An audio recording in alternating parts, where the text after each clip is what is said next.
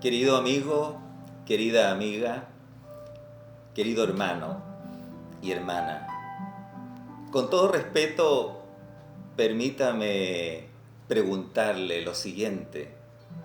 ¿Qué celebrará usted este 31 de octubre? ¿Vestirá de negro al modo de las brujas y sus niños saldrán a repartir dulces a los vecinos, disfrazados de monstruos, amenazando con un dulce o travesura? ¿Celebrará Halloween o el Día de los Muertos en el cementerio de su ciudad? Tal vez alguien dirá que prefiere celebrar el Día de Difuntos o de Todos los Santos. Veamos en qué consiste cada una de estas celebraciones que coinciden con esta fecha 31 de octubre. Y en primer lugar veamos Halloween, que es la noche del 31. Y se trata de una tradición de origen celta para celebrar el fin del verano y las cosechas irlandesas, de Irlanda. Halloween es una fiesta de origen pagano que se celebra la noche del 31 de octubre y que tiene sus raíces en el antiguo festival celta conocido como Samhain. Se escribe Samhain, un sonido parecido a Halloween, que significa fin del verano, y se celebraba al finalizar la temporada de cosechas en Irlanda para dar comienzo al Año Nuevo celta, coincidiendo con el solsticio de otoño. Durante esa noche se creía que los espíritus de los difuntos caminaban entre los vivos y se realizaban fiestas y ritos sagrados que incluían la comunicación con los muertos. Además, era habitual colocar una vela encendida en las ventanas para que los muertos encontrasen su camino. Por supuesto, esta es una tradición primordialmente celta, por lo que se celebra en países anglosajones como Irlanda, Canadá, Australia, Inglaterra y Estados Unidos, teniendo este último, Estados Unidos, la mayor difusión mediática y cultural de la fiesta, debido a la transmisión de usos y costumbres de los inmigrantes irlandeses que llegaron a ese país. Pero también Halloween tiene cierto impacto en países latinos como México y Colombia, donde se celebra, al igual que en los demás países, el día 31 de octubre. Por otro lado, ha surgido un amplio comercio que favorece, junto a la difusión televisiva, la televisión ayuda mucho en esto, esta tradición irlandesa, y se ha constituido también en un gran comercio. Eso es, en forma muy sencilla, muy a grandes rasgos, la fiesta de Halloween. El Día de los Muertos, que se celebra el 1 y 2 de noviembre, el Día de Muertos, es una celebración tradicional mexicana que honra a los muertos. Y como digo, tiene lugar estos 2 primeros días del mes de noviembre y está vinculada a celebraciones católicas del Día de los Fieles Difuntos y Todos los Santos. Cuando los españoles, todos de confesión católica, llegaron a América en el siglo XVI, trajeron sus propias celebraciones tradicionales para conmemorar a los difuntos, en las que se recordaba a los muertos en el Día de Todos los Santos. Al convertir a los nativos del Nuevo Mundo a la fe cristiana católica, se dio lugar a un sincretismo, una mezcla de las tradiciones europeas y prehispánicas, o sea, antes de Colón, haciendo coincidir las festividades católicas del Día de Todos los Santos y todas las almas con el festival similar mesoamericano, es decir, de aquella tradición precolombina, creando así el actual Día de Muertos. En esta fecha se acostumbra en México construir altares con comidas y regalos para los difuntos, tanto en los hogares como en los cementerios. Y allí tenemos entonces una segunda festividad que se puede celebrar en estos días, que es el Día de Muertos, Halloween, y luego también tenemos el Día de Muertos. Pero hay una tercera festividad que es el Día de Difuntos, parecido, o de Todos los Santos, que es el día 2 de noviembre. Y esta es la conmemoración de todos los fieles difuntos. Es un día feriado religioso dentro de algunas iglesias cristianas en memoria de los fallecidos. Como digo, se realiza el 2 de noviembre y el objetivo es orar por aquellos fieles que han acabado su vida terrenal y, en el caso católico, por quienes se encuentran aún en estado de purificación en el purgatorio de acuerdo a sus doctrinas.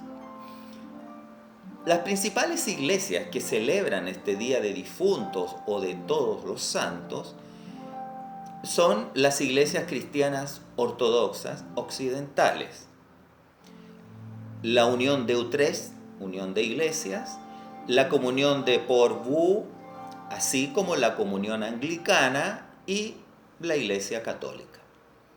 Ellos, estas iglesias, acordaron tener el mismo calendario litúrgico, días de celebraciones religiosas y santoral, para así facilitar la asistencia a sus feligreses en sus respectivas celebraciones. El Día de los Difuntos es el día designado, en especial en la Iglesia Católica hispana, para la conmemoración de los difuntos fieles, o sea, de los católicos que han fallecido. La celebración se basa en la doctrina de que las almas de los fieles que al tiempo de morir no han sido limpiadas de pecados veniales. Recordemos que la doctrina católica piensa que hay pecados de menor importancia a pecados muy graves, que serían los pecados capitales. Hay capitales y veniales.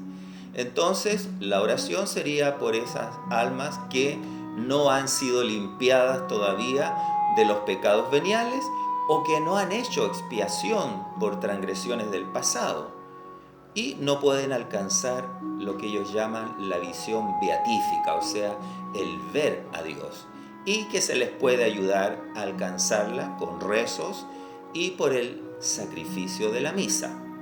Recordemos que el catolicismo se considera, ya lo he dicho, que hay pecados veniales y mortales, o sea, pecados que son algunos más graves y otros que pueden ser fácilmente perdonados por el Señor. Y ahí tenemos entonces 3 motivos de celebración de estos días.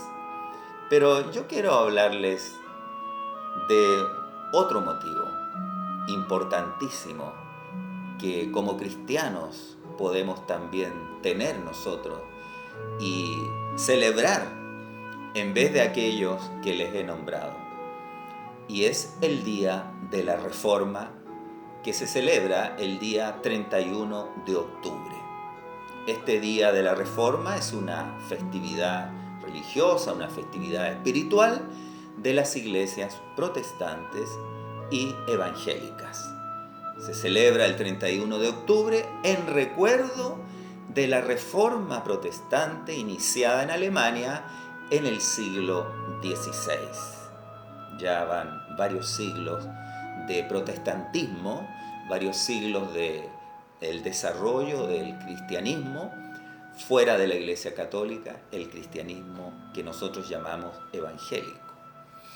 El día 31 de octubre, fíjense ustedes, del año 1517, es decir, en el siglo XVI, ante la escandalosa venta de indulgencias que hacía la iglesia de esa época al pueblo, prometiendo el perdón de pecados a las almas y con el fin de financiar obras en el Vaticano, entonces el monje, párroco y teólogo agustino, el doctor Martín Lutero, clavó en la puerta de la iglesia de Wittenberg, en Alemania, 95 tesis, o sea, 95 propuestas para la reflexión y el debate bíblico. Allí él clavó en la puerta, en unos papeles, esas 95 frases en las cuales llamaba a los creyentes a reflexionar y a debatir en base a la Biblia qué tan de cierto era o de correcto lo que estaba haciendo la iglesia de su tiempo. Porque las puertas de los templos en esa época, y también hoy día suele suceder, funcionaban como un tablón de anuncios para el público donde se colocaban noticias importantes. Y esto naturalmente era algo de mucha importancia, por lo menos para el doctor Lutero fue algo aberrante lo que se estaba dando, quizá algo que ya colmó la medida de las injusticias y el proceder inadecuado de la iglesia de esa época. Acuérdense que en esa época existía dentro del cristianismo una sola iglesia que se llamaba Iglesia Católica o Iglesia Universal. Y copias de esas 95 tesis se difundieron por toda Europa, causando gran entusiasmo popular e iniciándose una verdadera revolución espiritual a todo nivel, tanto del pueblo como de los reyes que estaban también sometidos al poder papal. Las tesis generaron una dura controversia entre los seguidores de Lutero y los aliados del Papa sobre una variedad de doctrinas y prácticas. Paralelamente surgieron otros líderes protestantes que podemos nombrar, Calvino, Zwinglio, etc., en distintos países de Europa del siglo XVI. El gran debate se dio y culminó, no con poca paz muchas veces, con violencia, y culminó el año 1520 con la excomunión de parte de la Iglesia Católica hacia Martín Lutero y los que fueron desde ese día, desde ese momento, llamados protestantes.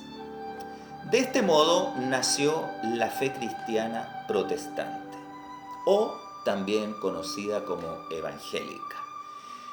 Y en su predicación, Lutero expuso 3 grandes puntos que hasta el día de hoy sustentan el pensamiento evangélico. Primero, solo fe. ¿Qué significa esto? Que la justificación del pecador es solo por la fe en Jesucristo. Dios nos justifica, o sea, nos considera justos, no por nuestros méritos o buenas obras, sino solamente porque ponemos la fe en el sacrificio de Jesús, que dio su vida por la humanidad pecadora en la cruz del Monte Calvario en Jerusalén. Ese es el primer solo de Lutero, el primer solo que plantea el mundo evangélico, el mundo protestante. El segundo es solo gracia. O sea, la salvación solo se recibe por la gracia de Dios. Recibimos la salvación como un regalo o un don que no merecemos, fruto de la misericordia de Dios y no de nuestros actos. No es por nuestra misericordia, es por el amor grande que tuvo Dios con la humanidad al entregar a su Hijo Jesucristo a la muerte de cruz y así lavar nuestros pecados con la sangre de Jesús. Y el tercer solo de Lutero y del protestantismo es solo escritura. Es decir, que de ahora en adelante solamente la Biblia es la única fuente de autoridad del creyente para la doctrina y la práctica de la fe. Toda la doctrina cristiana está en la Biblia y no en lo que la Iglesia pueda pensar, imaginar o hasta inventar, aunque fuese revelado por alguien muy santo o un ángel bajase del cielo y nos dijese que la verdad es distinta a lo que dice la Biblia. Por eso, la oración a los muertos y por los muertos, la existencia de un purgatorio, el ruego a los santos apóstoles, a los ángeles, a otros santos y vírgenes, o la misa entendida como un sacrificio, un segundo sacrificio de Cristo, y muchas de las doctrinas que en esa época funcionaban y aún son predicadas por el catolicismo, esas doctrinas no forman parte de la fe de las iglesias protestantes y evangélicas. Creer en Jesucristo como Salvador de nuestras almas, reconocer cada día que somos pecadores, leer y practicar la Biblia creyendo que es la palabra de Dios, única voz autorizada para dirigir nuestra fe con una conciencia libre, nos llena de alegría y gratitud para con Dios. Reconocemos la valentía y la fe de los reformadores, recordándolos con admiración, pero damos solo al Dios Todopoderoso, Padre, Hijo y Espíritu Santo, toda la gloria. Por estas razones, los cristianos protestantes y evangélicos, en sus diferentes denominaciones, este día, 31 de octubre, no celebramos Halloween. Y tampoco celebramos el Día de Difuntos, ni el Día de los Muertos, sino que celebramos la victoria de nuestra fe, el Día de la Reforma. En algunos países también se le nombra como Día Nacional de las Iglesias Evangélicas y Protestantes. Permítame recordarle solo dos textos bíblicos antes de despedirnos.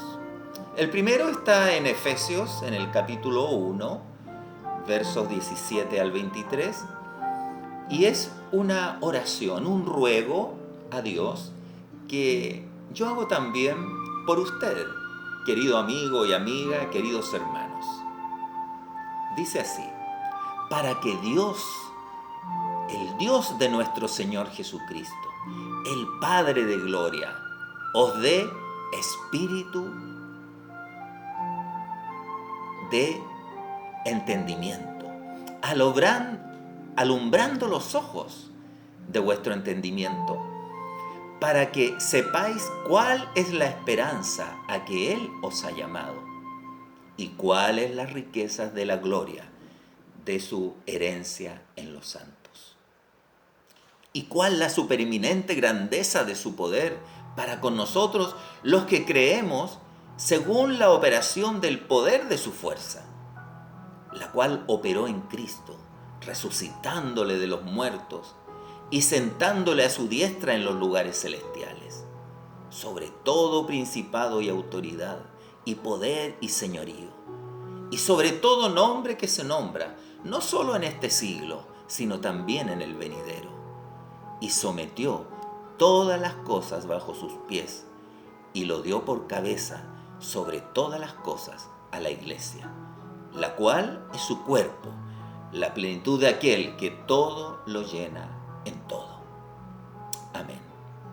Esto dice el apóstol, esto dice la Escritura, refiriéndose a la posición que tiene Jesucristo en la iglesia. Él es la máxima autoridad y a Él y a su palabra debemos sujetarnos.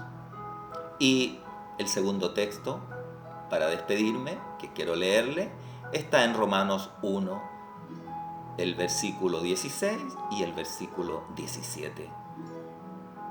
Y que debe ser también el sentir de todo cristiano que ha entregado su vida a Jesús y quiere proclamar su verdad, la cual está en el Evangelio. Y dice así: porque no me avergüenzo del Evangelio, porque es poder de Dios para salvación a todo aquel que cree, al judío primeramente y también al griego, porque en el Evangelio la justicia de Dios se revela por fe y para fe, como está escrito: mas el justo por la fe vivirá. Que el Señor bendiga su vida este día 31 de octubre y usted pueda comprender esto y mucho más de este gran legado que nos han dejado, por supuesto, Jesucristo y los apóstoles y los grandes reformadores, estos personajes que redescubrieron la pureza del Evangelio, de la fe cristiana. El justo por la fe vivirá. No es necesario que haga yo grandes sacrificios, ni que yo conquiste por mí mismo mi salvación, puesto que ya Cristo ha muerto por nosotros. Nosotros somos pecadores, en cambio Él es el Cordero de Dios que quita el pecado del mundo. Él es santo. Ningún otro hombre podría morir y conquistar la salvación para la humanidad, solamente Jesucristo. Que Dios le bendiga a usted y a su familia en estas fiestas. Hasta una próxima oportunidad.